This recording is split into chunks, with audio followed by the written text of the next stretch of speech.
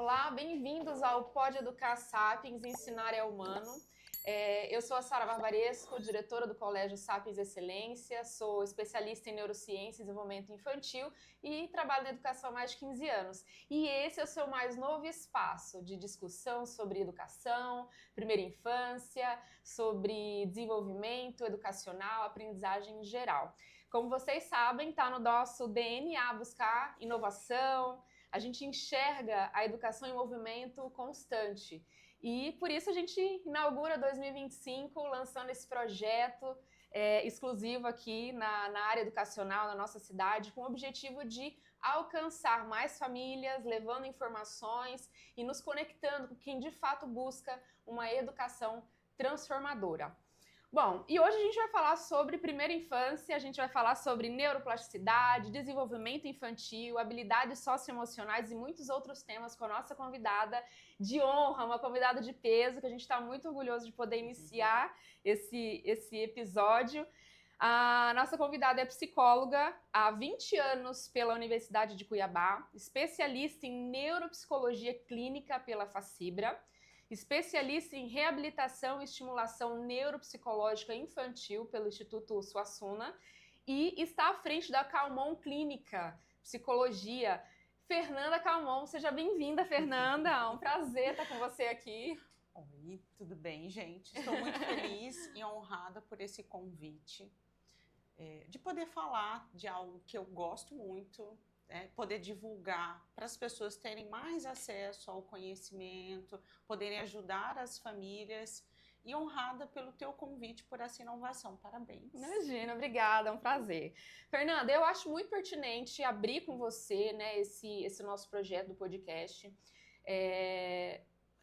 porque a gente está vivendo num contexto atual em que tanto se fala das habilidades socioemocionais, se fala de maternidade real, se fala da parentalidade positiva, né, educação positiva, porque a gente tem percebido que as relações emocionais na infância estão mudando.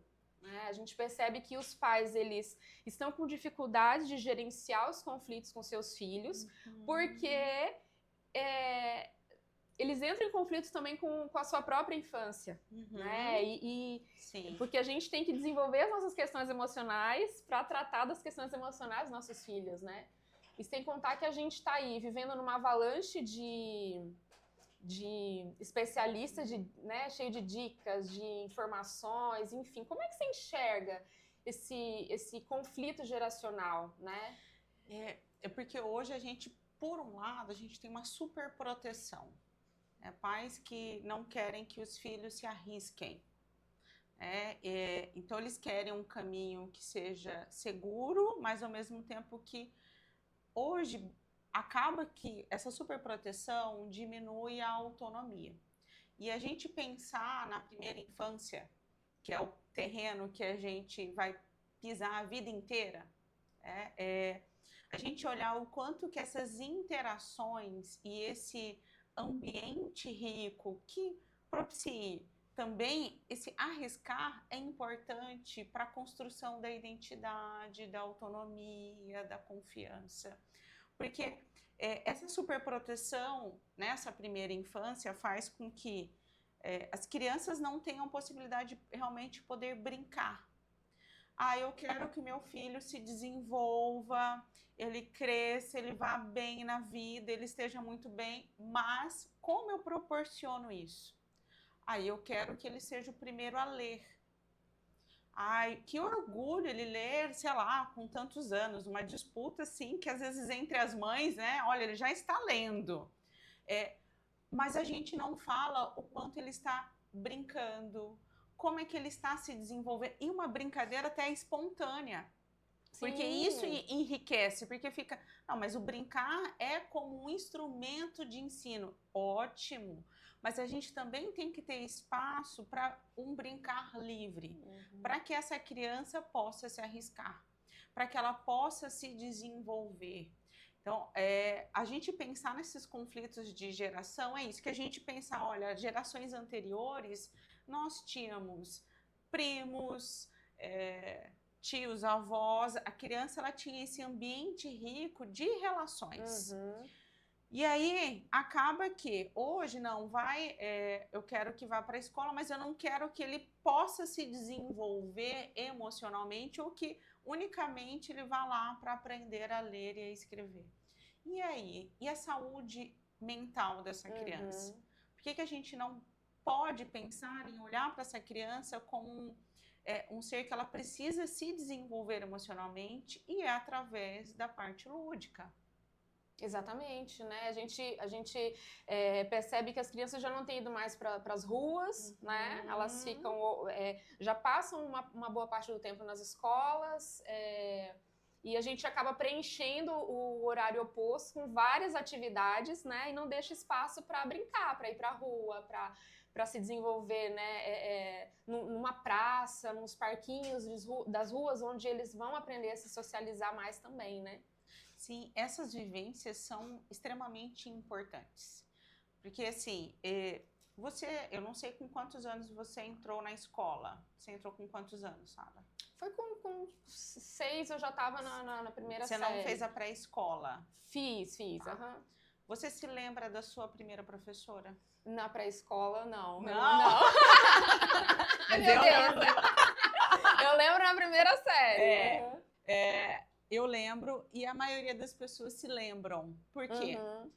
Existe uma coisa chamada... Quando a gente pensar em aprendizagem, a gente tem que falar de memória. Então, vamos pensar em como que a gente classifica a memória. Memória de longo prazo, a gente vai pensar em memória episódica e memória semântica. Se eu te perguntar assim, você se lembra qual o conteúdo você aprendeu de geografia na 6ª série? Nada, né? Não. Agora, se eu te perguntar, como é que foi essa relação com os colegas na primeira série? Sim. Tá? Então, eu me lembro de aprender a amarrar o cadarço na pré-escola. Eu me lembro da professora. Então, a nossa memória episódica é tudo aquilo que a gente vivencia. E essas informações, elas são ricas e elas são muito mais difíceis da gente esquecer.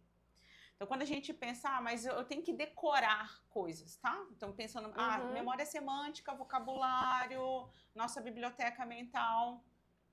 Mas, quando a gente se lembra do que a gente viveu, a gente não esquece. Sim, igual andar de bicicleta, né? Isso, que vai para a memória procedural, que é a última a gente perder. Se a gente pensar, e aí, lá no Lifespan, que depois eu volto aí, mas as nossas memórias que envolvem questões corporais, as nossas memórias de procedimento, elas são as últimas a que nós perdemos, inclusive em processos demenciais, tá? Então, o quanto que é importante a gente ter experiência. E aí, quando eu volto à tua pergunta, assim, olha, quando eu falo, gente, a gente tem pais super protetores que ficam com medo das crianças experienciarem ou invalidam como se isso fosse menos importante. E é o contrário do que a ciência nos diz. O que enriquece são o que nos enriquece mentalmente, socialmente, são as nossas experiências, o que a gente vive. Tá? Eu não vou lembrar também onde, como, quem me ensinou, quem descobriu o Brasil. Mas eu lembro da minha professora me ensinando a amarrar o cadarço. Eu devia ter 3, 4 anos. Eu me lembro de brincadeira de corrida de saco. A gente fazia na escola. Eu me lembro de brincadeira, né, que hoje quase não tem mais, né, de segurar o ovo com a colher. O ovo, me lembro, assim, com uma riqueza.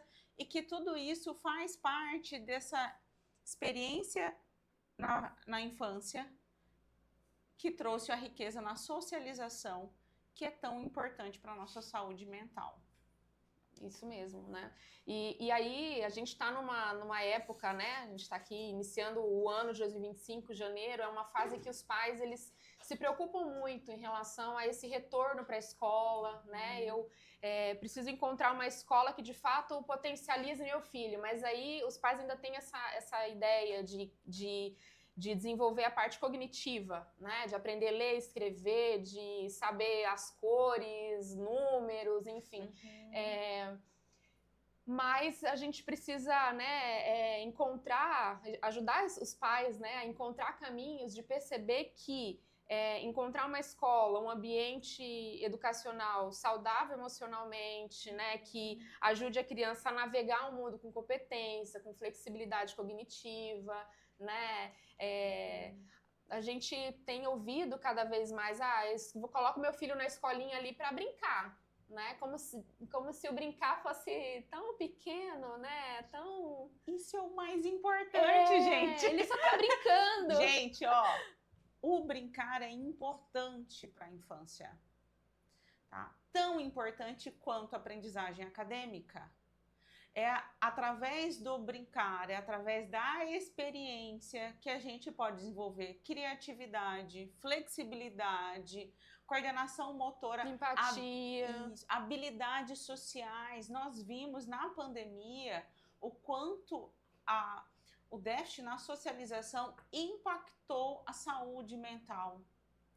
Então, nós somos seres sociais. A gente não pode esquecer disso. A gente não sobrevive sozinhos. Nós percebemos o quanto que estar sozinho prejudica a nossa saúde mental. E aí a gente tem gerações anteriores onde o brincar, o estar junto era comum e importante. E hoje, pais extremamente preocupados em aprender e não vivenciar. Porque vivenciar é colocar a criança em risco. A gente fala risco, os pais já olham assim... Meu Deus! Eu vi esses dias um vídeo mostrando como que os parquinhos lá em alguns lugares da Europa, eles são parquinhos vistos como perigosos, né? Para criança realmente se arriscar, né? Cair. Isso faz parte da história, né? Mas é isso, essas marcas que a gente às vezes tem que ter por tentar fazer uma escalada, né? Risco controlado. Sim, porque a nossa autoestima também é desenvolvida pela nossa parte física. Tá? O quanto que a criança se arrisca pensando em coordenação global, motricidade fina. E hoje fica com tanto receio, né? E aí a criança fica realmente muito mais frágil, porque ela não pode se arriscar. Né?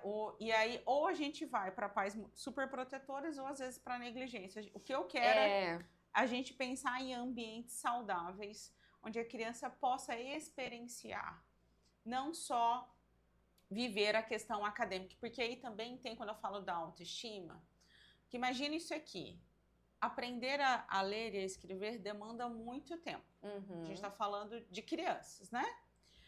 Você sentir essa sensação gostosa de que eu consegui, demora muito.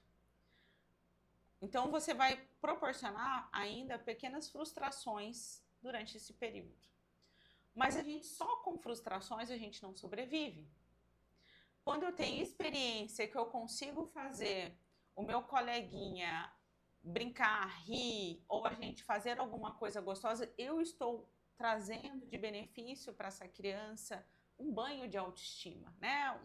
Fazendo com que ela consiga se sentir bem.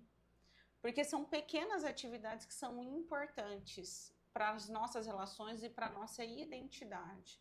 Então, a escola é o lugar onde a gente também constrói a nossa identidade. Nós temos os pais, né, que eles vão falar e vão esperar coisas e vão nomear coisas. Isso é feio, isso é legal, você é encrenqueira, você é brava, você é isso. E aí, ou sei lá, você é muito doce, você é muito frágil. E essa criança vai para a escola. Então, se ela tem um ambiente saudável, ela vai poder também ter outras informações sobre ela. Eu tenho uma amiga, minha professora olha para mim assim, ou ela gosta de mim e não gosta. Isso também forma a nossa identidade. Sim. E é interessante que, né, a parte da competição, né? Eu imagino, porque na escola isso acaba surgindo. E aí, quando você vê uma criança que às vezes é cobrada demais em casa, né? Ela chega na escola e aí ela começa a perceber que o coleguinha tá sabendo e eu não sei, né? Ou então, o meu primo sabe, eu não sei. Ainda se tratando de alfabetização, né? Alguns pais, eles ficam comparando, a gente incorre no erro da comparação, né? Você comentou, tem superprotetores, mas também tem aqueles mais negligentes. Então, tem aquela frase que cada criança tem seu tempo, a gente já sabe que está desconstruída, né? Mas a gente tem, sim, etapas de desenvolvimento. Sim. Então, a questão dentro daquela etapa, né? Meu filho está atingindo o que é necessário, né? E aí, se eu comparo com outra criança que está apressada, né? Cujos pais apressam essa etapa do desenvolvimento, eu incorro nesse erro da comparação. Poxa, meu filho está atrasado, meu filho ainda não sabe o que aquela criança sabe. Mas será que, né, eu não estou apressando etapas aí, né? Sim. Qual é a importância da gente respeitar o ritmo adequado de cada criança? Sim, porque às vezes é uma questão do ego dos pais do que exatamente do que é bom para o filho. A gente tem janelas, períodos sensíveis do desenvolvimento. Perfeito. Se a gente pensar em linguagem aos 2, 3 anos, o quanto impacta o vocabulário dos pais, o nível socioeconômico, o ambiente enriquecido. Tá? O ambiente enriquecido não sou eu, meu filho, isso aqui é isso aqui. Não. Como é que eu faço uso do meu vocabulário? Eu trago informações novas, eu consigo trazer isso, conversar sobre essas questões de uma maneira muito natural. Tá? Natural, exatamente. E aí a gente tem períodos sensíveis do desenvolvimento, que é como se fossem portais. Eles se abrem, então a gente tem aquele período que a gente recebe as informações consegue aproveitar melhor, e depois se fecha um pouquinho. Aquilo que não é estimulado, aquilo que não é desenvolvido, nós temos a poda neural. Tá? O que é essa poda neural? Se eu tenho uma criança com 2, 3 anos que ela não desenvolveu a linguagem, ela não fala, né? Então a gente vai esperar, porque meu primo, meu tio falou com 5 anos. Ótimo. É isso que existe uma diferença. Ele falou com 5 anos, a gente não sabe o que aconteceu, como é que era. Mas a gente vai esperar que esse portal se feche, a gente vai esperar que a poda neural ocorra. O que é a poda neural, gente? É como a planta. Então, se a gente tem aqueles caminhos que não foram utilizados, aquelas folhinhas que não estão boas, o nosso cérebro poda. Tá? Então, existe essa diferença. E aí, às vezes, essa pressa que você está falando, assim, que é uma comparação que, às vezes, do ego, meu filho tem que fazer primeiro, meu filho está melhor. Você está olhando para o seu filho ou você está pensando naquilo que você quer falar? Então, a gente tem uma diferença grande, assim. Não vai fazer tanta diferença se ele leu com 1 mês de diferença, no sentido, se a gente pensar nesse prazo aqui, 1 mês, 1 ano, do que nós estamos falando? A gente precisa apressar algumas coisas ou a gente vai respeitar dentro daquilo que é o período que ela vai realmente aproveitar. Exatamente. Mas é isso que você comentou, né? A questão do ego dos pais, de poder, é como se quisesse mostrar, olha, o que o meu filho, né, tá fazendo. Mas assim, aí o meu filho, ele tá lendo e escrevendo, mas até que ponto ele também sabe regular suas emoções, né? Lidar com frustração, resolver problemas. Sim. Né? E a gente acaba priorizando o que não é tão importante para aquela fase do desenvolvimento, né? Certo. E aí, o duro é que isso também vai gerando ansiedade nas crianças, né? Porque as crianças sentem, as crianças sentem o que o pai tá esperando. E aí vê que eu não tô conseguindo... gera uma pressão em cima da criança também, né? Lá na escola mesmo a gente às vezes recebeu muitas crianças que ainda não aprendeu a fazer a letra cursiva, né? E aí, por pressão ou da outra escola ou mesmo dos pais, não conseguia. Quando chegou lá, a gente respeitou o tempo, isso desabrochou, veio naturalmente, né? Então, como que essa ansiedade às vezes atrapalha as crianças até mesmo de se desenvolverem, né? Sim, porque aí vamos pensar assim, qual que é a importância da escola? Se eu falei, olha, forma também a nossa identidade. É um lugar onde a gente aprende conteúdos, né? Tem o conhecimento acadêmico, mas é um lugar onde a gente também deve se sentir bem.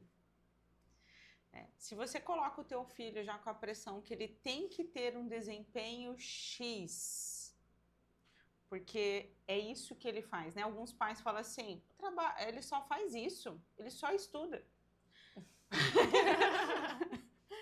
A gente está falando de crianças. A gente está falando de crianças que elas devem ir para um lugar onde elas se sintam bem, que elas se sintam acolhidas, elas também se sintam amadas. Isso irá fluir. Só não irá fluir em casos de crianças que elas têm algum transtorno. Isso a escola vai apontar. As escolas têm sido muito eficientes em apontar quando a criança ela está com desempenho aquém em comparação às crianças da faixa etária dela e da mesma turma.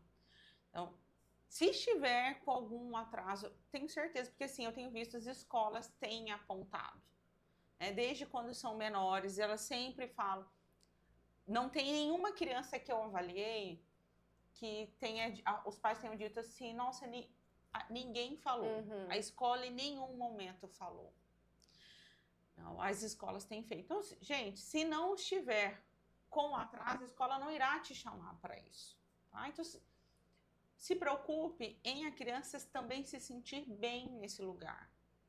Ela voltar feliz, porque ela tem amigos, porque a professora gosta dela, o professor, porque ela se sente querida, ela consegue socializar, ela consegue brincar, ela entender esse processo da educação como algo prazeroso. Porque aí você coloca uma carga tão pesada, a criança chega com 9, 10 anos, ela odeia estudar. Sim. Ela odeia ler. Né? Eu tenho pacientes assim, eu odeio ler, eu odeio, porque, gente, foi tão pesado. Ela vai para a escola como lugar, assim, onde ela é o fracasso.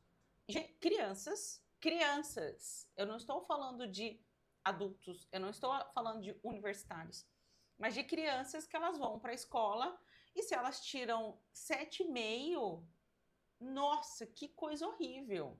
Elas fracassaram já no início da vida.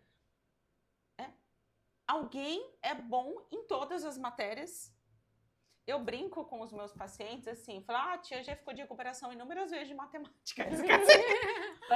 Conta, sou péssima. E é isso, porque isso é vida real. E tudo bem, né? Tudo bem. Sou você ótima é boa com em português, matemática, passei. Eu falei, terceira série fiquei de recuperação, quinta série fiquei de recuperação, sétima série. Era um ano sim, um ano não. Eu era dessas, não matemática também. Então, fica uma coisa assim de que você tem que... Nossa, se você não é tão bom nisso, porque eles olham, né? Tipo assim, nossa, mas você aqui, como assim que você...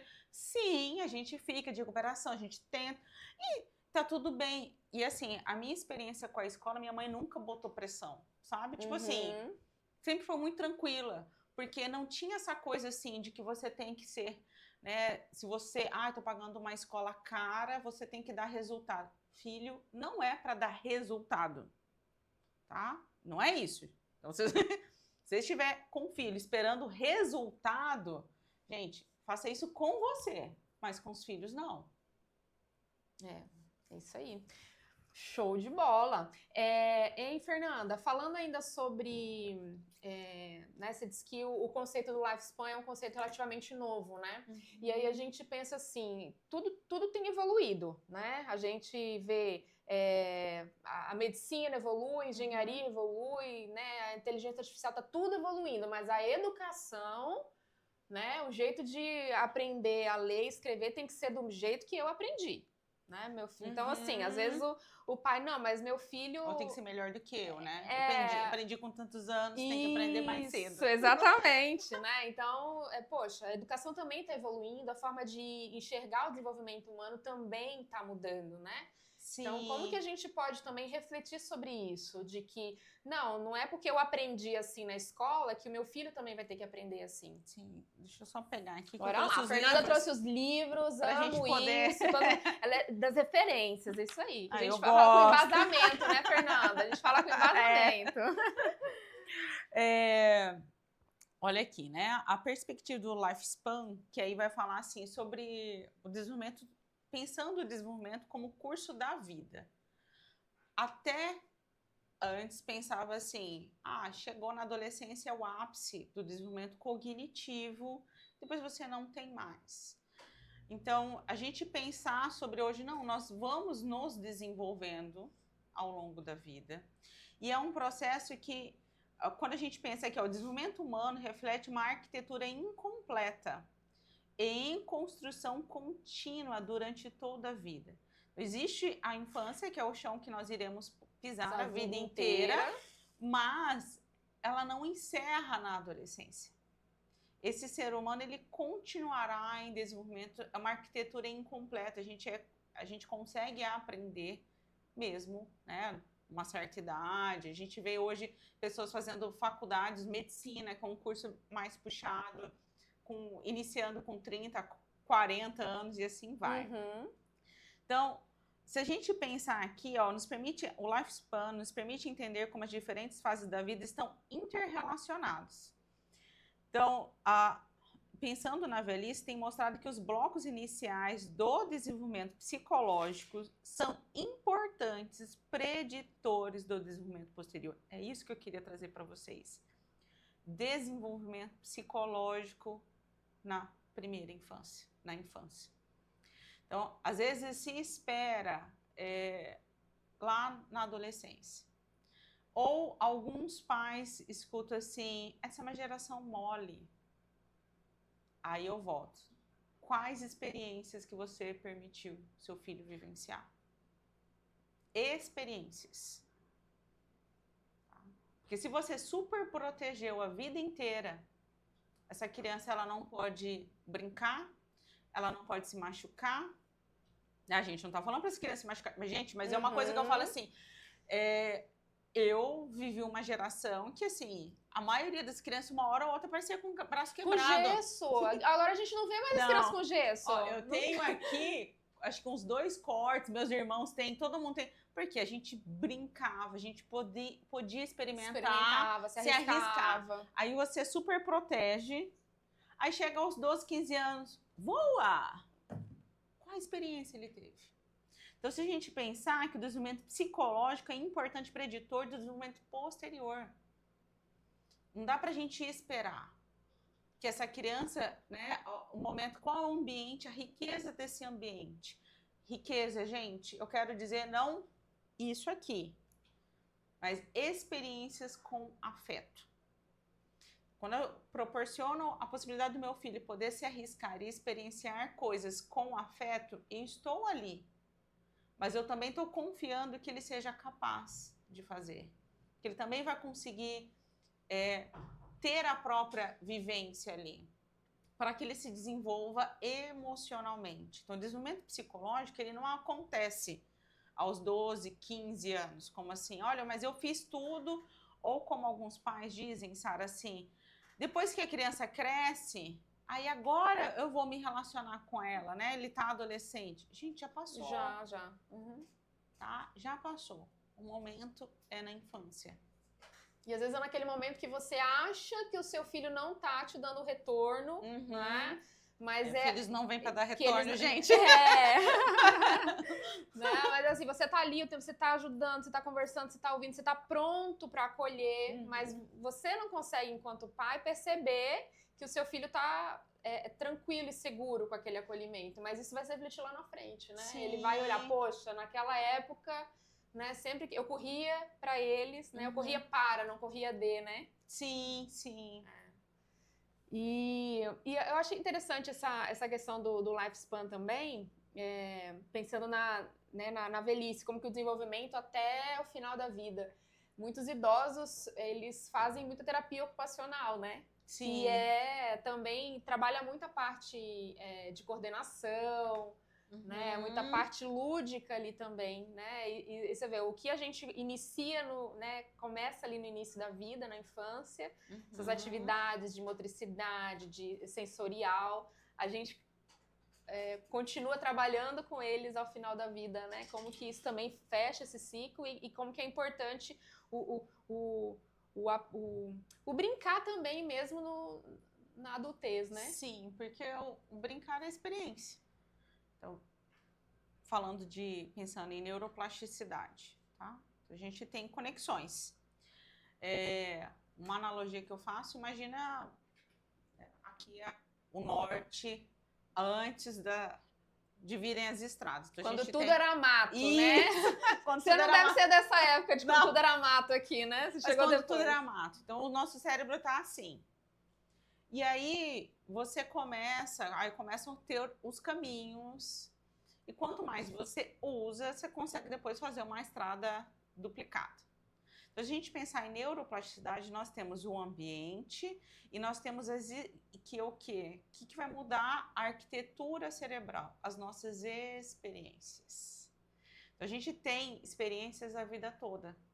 Aquele adulto que, de repente, não tinha, ou idoso, uma boa coordenação motora fina, ele pode ter uma nova experiência que ele vai também desenvolver uma plasticidade, que é pensar no cérebro que ele tem uma modificação, que antes as pessoas falavam muito, como é que é? Não se ensina truque novo para macaco velho? Algo assim, não era? Eu lembro, né? Porque se você aprendeu, você não irá mudar o seu comportamento.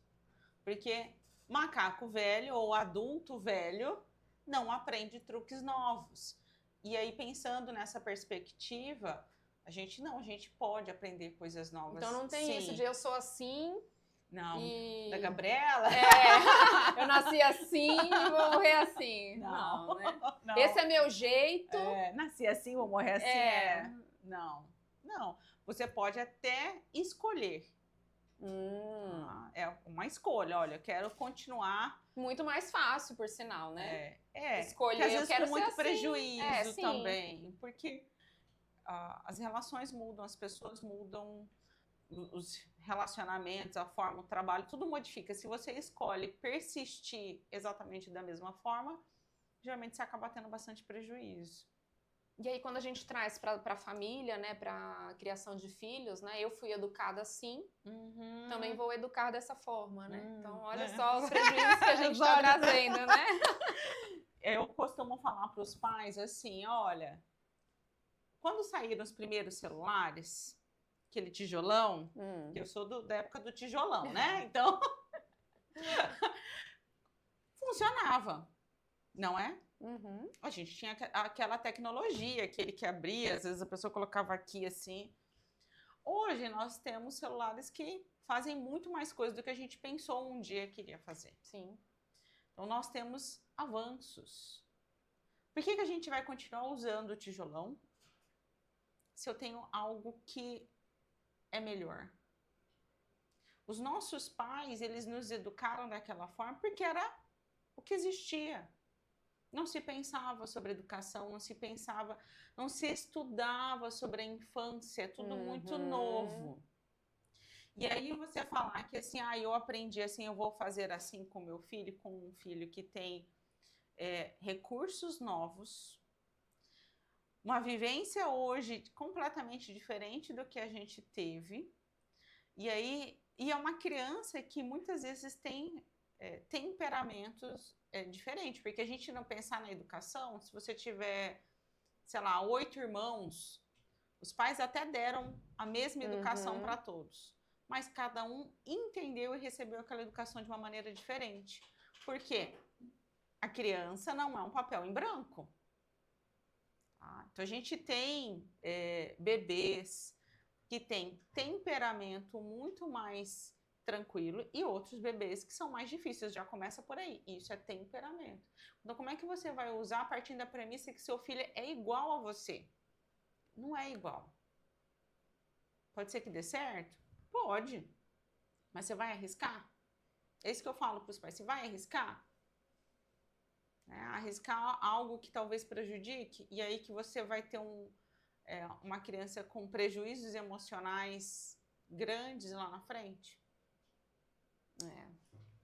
É um risco que a gente já está sentindo, né?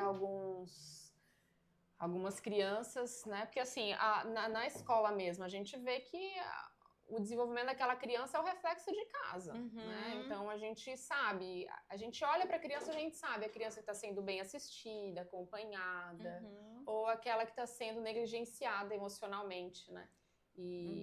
Que é o que a gente também vê com frequência hoje, tá? Então, ou é superproteção ou negligência. Porque o que é essa negligência? Também quando eu me ausento dos cuidados das crianças da primeira infância, porque dá trabalho acordar de madrugada, dá trabalho fazer coisas, e aí eu deixo o tempo todo, terceirizo isso também é uma negligência. Tá? Porque não dá para terceirizar. Né? 24 horas, uma coisa é você ter um auxílio. Uma rede de apoio, Rede né? de apoio é super importante. Sim. Outra coisa é deixar essa criança os cuidados que são importantes, que são trabalhosos, mas que são importantes para vínculo o tempo todo com outra pessoa e muitas vezes com várias outras pessoas, porque se for uma, ótima, ainda melhor, pelo menos faz essa função, mas às vezes tem uma de manhã, uma tarde e uma da madrugada.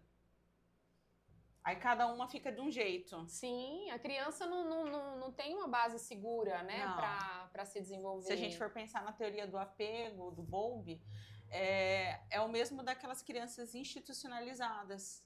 Fala mais um pouquinho sobre isso. Não, que o Bowlby ele foi estudando, e é uma teoria que ainda é muito válida, porque tem cada vez mais estudos, que as nossas formas de se relacionar estão relacionadas com quem cuidou de nós. Então, se você tem vários cuidadores, pensando aqui nas crianças institucionalizadas, o que eram? Aquelas crianças que iam para o abrigo cedo, né? Foram abandonadas. Aí você tem vários cuidadores que vão lá, dão comida, dão banho, limpam um bumbum, mas eles não têm vínculo, porque são vários.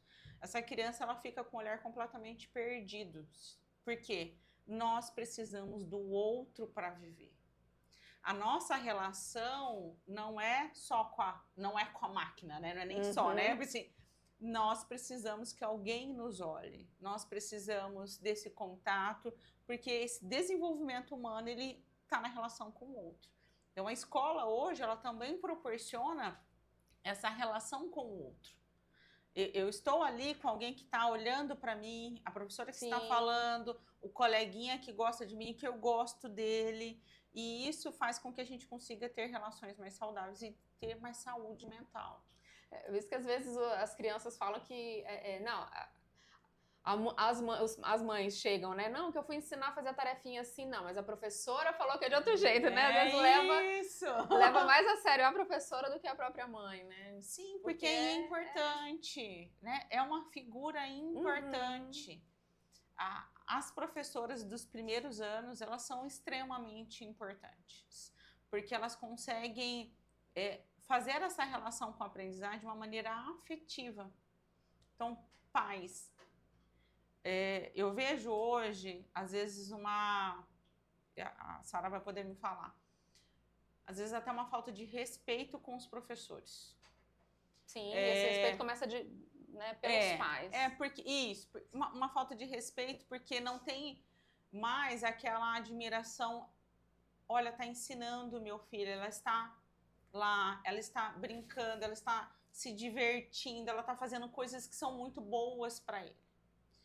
Mas de que, às vezes, vai tratar um professor como alguém que ele deve obedecer a esses pais. Como se fosse alguém que não entendesse do que está fazendo. Exatamente. Assim, é uma coisa assim que você fala, né? E, infelizmente, é uma invalidação de uma profissão tão importante. Porque acaba que você olha o professor, aquele que está lá, que ele está só brincando. Gente, não é só.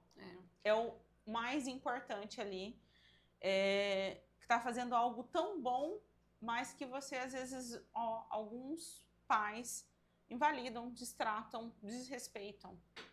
Que é uma coisa que isso também é atual. Né? Sim, é uma coisa que as relações ficam muito voltadas porque você está fazendo. Se você não está me dando um filho que aprendeu a ler em tantos meses, então você é incompetente. E aí, se você é incompetente, eu posso te destratar. Tipo, a base é essa. E é bem isso. E assim, a gente vê essa questão dos professores, da desvalorização também, né? Da mesma forma que a educação também muda, a gente encontra profissionais, né? Já que a gente está falando de primeira infância, pedagogos, que eles também se formaram há alguns anos, e o que se era, né, falado dentro da pedagogia algum tempo atrás, também sofreu algumas mudanças e evoluções. Então, os professores, eles também precisam, né, se estudar, se atualizar. E aí, os pais nem sempre enxergam isso, né, de que a forma como a gente está abordando, né, a educação dentro de sala de aula também é pautada nessas evoluções, transformações educacionais, né? Sim. Certo. E, Fernanda, o que você tem encontrado, né, você comentou aí mais dos seus clientes, pacientes, né? Porque tem essa diferença, né? Para alguns outros, não. Dentro da sua clínica, né? Crianças que às vezes vão com algum direcionamento da escola em relação a algumas necessidades especiais, outros que... Qual tem sido a maior procura, demanda que os pais procuram você? É mais por uma indicação de escola ou tem aqueles pais que também estão preocupados em, olha, eu queria que meu filho se entendesse mais? Tem sim. Tem pais que estão mais atentos às questões emocionais e conseguem sim validar o sofrimento infantil, não achar que é uma bobeira, né? Que, não, mas o que tá sofrendo? Não tem conta para pagar? Gente, a gente não sofre só por causa de conta, não. Não sei vocês, mas muitas vezes as contas estão pagas e existe o sofrimento. Então, existem sim pais que procuram, porque percebem que a criança está dormindo mal, se isola, né, fica mais ansiosa mesmo. A gente tem divulgado muito para que as famílias percebam sintomas antes da instalação de um transtorno. Eu vejo que você tem feito bastantes oficinas, né, socioemocionais, oficinas de habilidades sociais, né? Isso tem sido excelente, né? Porque aí os pais, eles... Essa é a proposta da clínica. Porque a gente pode trabalhar... Funções executivas, né? Com prevenção. A psicologia hoje, ela não trabalha só com tratamento de transtornos instalados, mas a gente consegue trabalhar com prevenção. Pensando sem saúde mental, a gente não tem saúde, não é isso? A gente não precisa esperar que essas crianças adoeçam. E as famílias, elas têm percebido esse movimento, essa importância das crianças conseguirem socializar. Isso é muito bom, gente, porque assim, nossa, mas como é que não socializa? Não sei... Como? Como assim, como não socializa? Nós temos quais as experiências que as crianças hoje elas têm em relação à socialização. Elas vão para a escola, aí existe a cobrança dos pais de sair bem, não ficar de conversinha, não é isso? Hoje nós temos uma sociedade muito mais violenta, então a gente tem medo de deixar os filhos na rua, na casa de uma amiga, de dormir na casa de um amiguinho. Os pais têm medo. E isso é real também, né? A gente tem uma sociedade mais violenta hoje. Não dá pra gente dizer que não é. Não. Então, elas têm poucas oportunidades para desenvolver a habilidade de socialização. Então, a gente tem menos primos, menos ambientes. Onde elas vão? Elas estão geralmente com os pais, não tem um momento para elas poderem entender como é que elas vão chegar nos lugares, conversar, brincar, entrar na brincadeira com os coleguinhas lá. As crianças têm receio, porque houve menos oportunidade. E aí os pais conseguem entender e a gente trabalhar com essa prevenção. Ótimo. E aí, isso que você estava falando sobre se socializar num parquinho, num espaço kids, às vezes de um restaurante, enfim. E o que eu estava refletindo aqui, às vezes as crianças, elas são expostas a a outras crianças direcionadas pelos adultos. Então, eles não conseguem mais desenvolver relações livremente, mas sempre direcionada, né? Sim, não tem um brincar livre. Livre. Tá? E hoje, elas às vezes vão para os parquinhos, mas elas não brincam juntas, não saem com amiguinhos. Né? Eu fiz um amiguinho, não sei o quê, não. Muitas vezes os pais têm que ir lá, ou a criança vai lá, brinca, corre, mas ela não está lá conversando, interagindo de uma maneira integral um com o outro, porque não sabe. Tá? Não sabe. Então a gente precisa realmente, quando a gente vai pensar em desenvolver habilidades sociais, é para que a criança consiga até receber feedback, dar feedback, entrar numa brincadeira, conseguir ser assertiva quando tem uma brincadeira que não é legal. Tá? Porque não tem, sempre tem algum adulto entrando e a criança não aprende. Aí a gente chega na adolescência como? Que é onde essas habilidades sociais elas teriam que estar bem desenvolvidas, mas aí chega na adolescência, a gente já tem um prejuízo, chega na adolescência, exige muito mais, porque aí agora você fala, não, então tá bom, agora você vai sair com seus amigos. Agora você pode. Aí não sabe como dar um feedback, como ser assertivo nas interações pelo celular. Como raciocinar até que ponto eu vou ser influenciado pelo colega ou não vou me posicionar, né? Sim. Chegar no menino, chegar no rapaz, enfim, né? Ou se o rapaz, alguém pede, sei lá, nudes. Olha o perigo, né? Como eu entender quando a pessoa tá pedindo, como ela tá sendo malvada, mal intencionada comigo? Porque isso daí é importante. Sim. Tá? E às vezes pede, mas aí ela não sabe, mas eu quero ser legal. É a única pessoa com quem eu converso. Quero ser aceita, porque faltou a aceitação lá atrás, Sim, né? Não sabe ser assertiva. Não sabe reconhecer o perigo sozinha. Olha só, né? E aí, se a gente vai um pouquinho mais pra frente, não sabe escrever um currículo, não sabe, né, se posicionar numa entrevista de emprego. Não. Né? Hoje eu tava vendo agora, os pais estão tendo que acompanhar os filhos nas entrevistas, né? Gente. A ideia de trabalhar com a infância é justamente por isso. E esse ano a gente vai... Novidade em primeira mão, Opa! Show! Nós Joga aí. vamos ter um grupo de orientação vocacional para os adolescentes do ensino médio. Maravilhoso. Porque é um outro sofrimento. Não sei o que eu quero, vou fazer medicina. Porque a medicina dá dinheiro. Olha só. Gente, olha que discurso vazio. Dinheiro é importante? Sim, mas assim, medicina é um trabalho que você tem que realmente se identificar muito. E existem inúmeras maneiras de você ser bem-sucedido. Mas existe essa pressão e adolescentes que muitas vezes não sabem. Tem gente que começa, faz 1, 2 anos, troca de curso, sente um fracasso. Então, a ideia da gente trabalhar a orientação vocacional, que será em grupo, não é individual, porque o grupo ele é muito potente.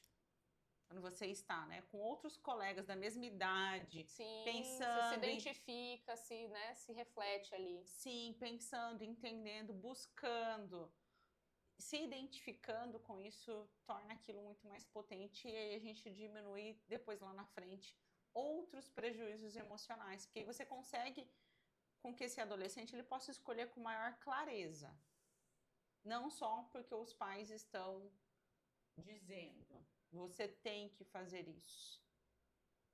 Sim. Porque aí, e aí quando a gente pensa, né, lá na adolescência, que né, assim, agora vai, voa, né, escolhe, mas ao mesmo tempo escolhe fazer isso que eu quero, porque é o que, né? E aí aquele adolescente que às vezes também fica trancado no quarto, né, porque não tem uma abertura para um diálogo, para uma conversa, porque quando era criança também não, né, quando era invalidado o sofrimento. Então a gente tem aí, né, N facetas para a gente discorrer sobre isso. E aí aquele adolescente que ele fica ali no quarto, ou aquela mesma criança que fica terceirizada a uma tela, né? A gente tem... Sim, a gente poderia ter um podcast só para falar sobre telas, né? Mas... Outro dia. Outro dia. Mas como que a gente pode relacionar aí essa questão da primeira infância, né? É muito sério a gente... a questão do 0 telas até, né, a idade segura, a gente sabe também que é impossível a gente seguir. É impossível no sentido, no mundo que a gente vive de Sim. todo mundo né, trabalhando, enfim, é muito difícil. Como que a gente pode controlar isso, né, e ao mesmo tempo sermos aqueles pais que ainda priorizam o brincar significativo? Tá. A questão das telas, eu acho que o principal risco é que eu vejo muitas crianças já terem celular, jogarem online. Esse é, assim... e aí os pais acharem que é ótimo, tá tudo bem e tá seguro. E aí o brincar e se machucar, perigoso. Ela está no quarto. Muita contradição. É porque, olha aqui, imagina, o brincar, né? E correr o risco dela cair, né? Bater o bumbum. Gente, né? Como algo perigoso. E com algo que ela está falando com alguém que você nunca viu, você não sabe o que é, que ela está ganhando confiança e como algo seguro porque ela está ao seu lado jogando e conversando com alguém. Ou está no quarto. Tá? Então, essa é a maior inversão, assim, a gente entender qual que é o acesso, por que eu estou dando, qual que é o motivo? É porque olha, é uma necessidade da criança ou uma necessidade minha? Eu também tenho necessidade. Ótimo. Então, pense qual o momento da sua necessidade, qual o momento da necessidade da criança.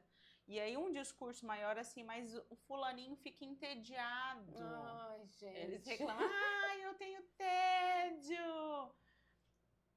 Isso é normal? A gente precisa dar espaço pro tédio, né? É no tédio que a criatividade acontece. Gente, a gente não tem que ser produtivo o tempo todo. Você está ensinando o quê? Então, você não pode sentir tédio, você tem que estar produzindo, você tem que estar fazendo algo prazeroso a vida inteira, o tempo todo. Não. Muitas vezes você vai criar alguma coisa nesse momento e entender que nós não estaremos super estimulados cognitivamente, cheio de dopaminas e tal, o tempo todo. Essa é a questão maior que eu vejo das telas, é entender assim, qual o sentido? Né? Eu estou dando, né? Porque eu acho que não pode sentir tédio. Porque vai reclamar mesmo. E aí, tudo bem, faz parte. Filho, ele vai pedir, ele vai reclamar, ele vai achar que a gente tem que estar brincando. Não, vai ter que aprender a brincar só, tá? Mas assim, o principal que eu diria assim, não deixar fazer o uso de telas, de coisas dentro do quarto sozinho. Sim, tá? Sempre com supervisão, é adolescente. Né? Lá em casa não fica. Tá? Por quê? Porque é perigoso, eu não sei o que tá fazendo, não é para ficar isolada no quarto da Gabriela. A gente fala assim, se ela fica lá um pouquinho, Gabriela, cadê você? Porque é perigoso.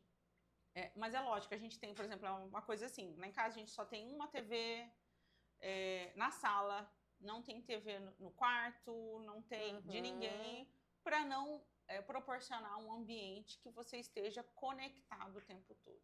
Então, você tem... mas isso é uma coisa que eu acredito, né? Não é uma regra não, tá, gente? É porque senão fica cada um no seu mundinho e aí as pessoas não convivem e a vida passa. Então, vai lá assistir, ou às vezes fica até na sala, aí um lendo, o outro fazendo alguma coisa, mas está lá, você está vendo, passa ali, dá uma olhadinha, porque senão fica cada um no seu mundo. Mas é bem isso mesmo, né? E aí a gente vai se esquecendo de se conectar com o que realmente importa, né?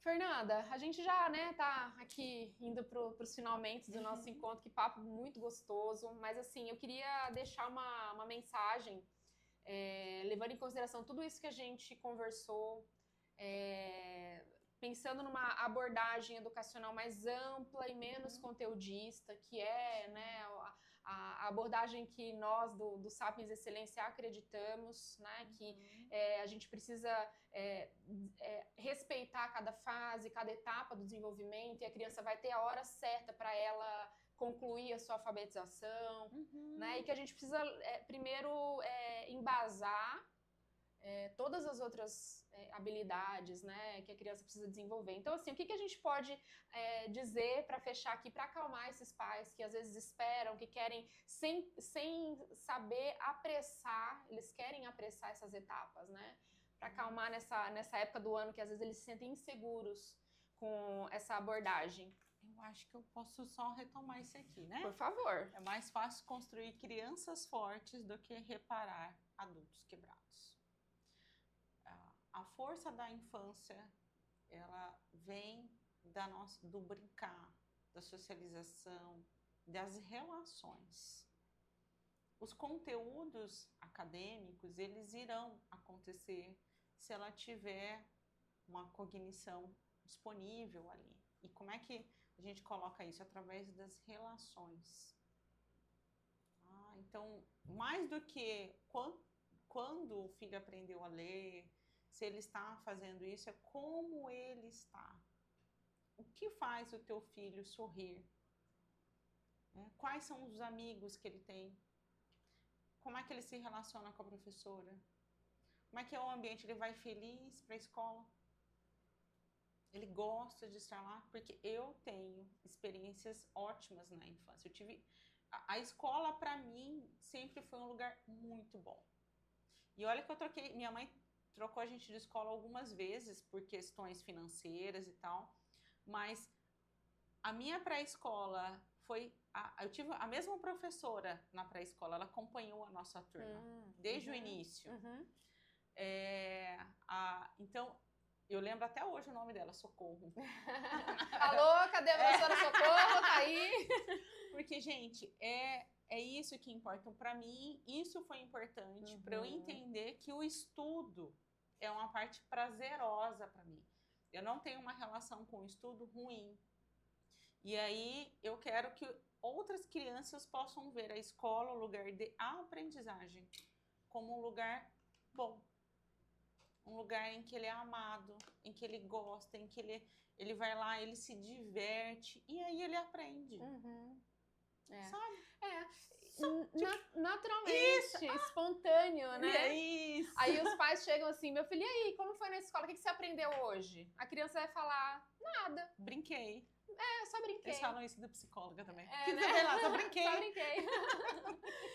Que aí o pai quer que a criança chegue falando, né? Não, eu aprendi isso, aprendi aquilo, isso. Mas esse aprendizado, ele é tão subjetivo, tão interno, que a criança nem sempre vai conseguir verbalizar aquilo, né? Ela viveu. Sim.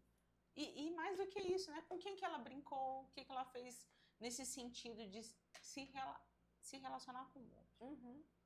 Então vamos respeitar cada etapa, vai ter a hora certa, né, de aprender o que precisa ser aprendido. Vai, né? Porque assim, a criança a gente vai pensar em atrasos do desenvolvimento da aprendizagem, de leitura e escrita, lá pelos 6, 7 anos. Antes a gente tem preditores, mas a gente só fecha, por exemplo, o diagnóstico de transtorno de aprendizagem, pensando na aprendizagem de leitura e escrita, tá? Não estou falando de outros transtornos. Sim.